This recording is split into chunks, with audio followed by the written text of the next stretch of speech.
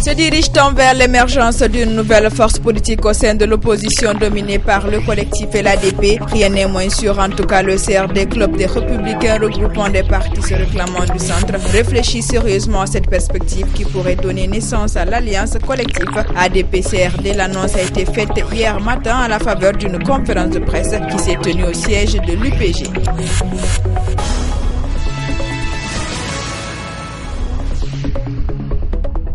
La nouvelle date proposée par le président de la CENI pour la tenue des législatives semble susciter des suspicions d'une partie de la classe politique guinéenne. En outre, certains commissaires disent n'avoir pas été associés à cette prise de décision. Mais pour Bakary Fofana, la date du 12 mai 2013 a été le fruit d'un consensus entre tous les membres de la CENI.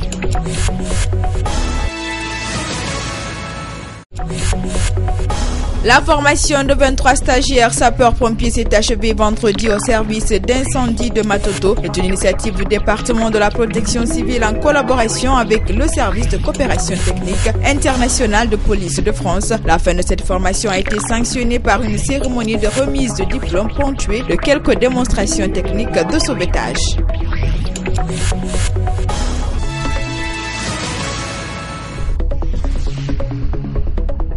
La journée nationale des ONG, habituellement fêtée le 25 octobre de chaque année, a été célébrée ce 14 décembre différé. C'était à l'occasion d'une cérémonie qui a eu lieu dans la salle des congrès du Palais du Peuple. Cette 21e journée est placée sous le thème « Le rôle des ONG dans la mise en œuvre du plan quinquennal 2011-2015 ». Quelques personnalités de haut rang étaient de la partie.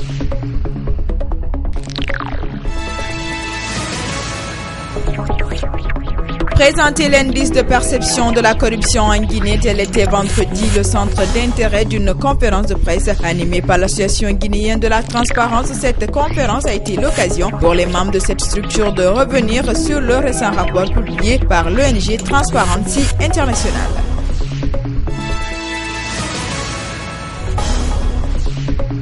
Le sport national à la croisée des chemins, toile de fond d'une conférence de presse qui s'est tenue vendredi à Conakry. Cette conférence a été animée par certains spécialistes du sport guinéen comme Thierno Seydou Diakité, consultant sportif. La rencontre vise à interpeller les autorités sur la nécessité de la mise en place de véritables politiques nationales pour la relance de toutes les disciplines sportives.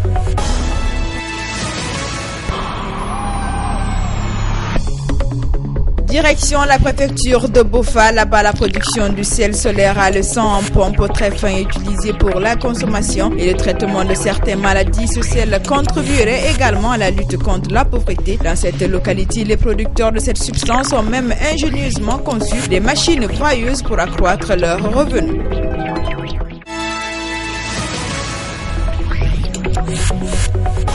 Au Fouta Djallon, la production de la pomme de terre semble avoir baissé considérablement. La faute, selon les paysans, à des difficultés de conservation et de commercialisation de cette denrée. Le manque d'engrais est également pointé du doigt. Selon la Fédération des paysans du Fouta Djallon, 30 000 tonnes de pommes de terre sont produites chaque année.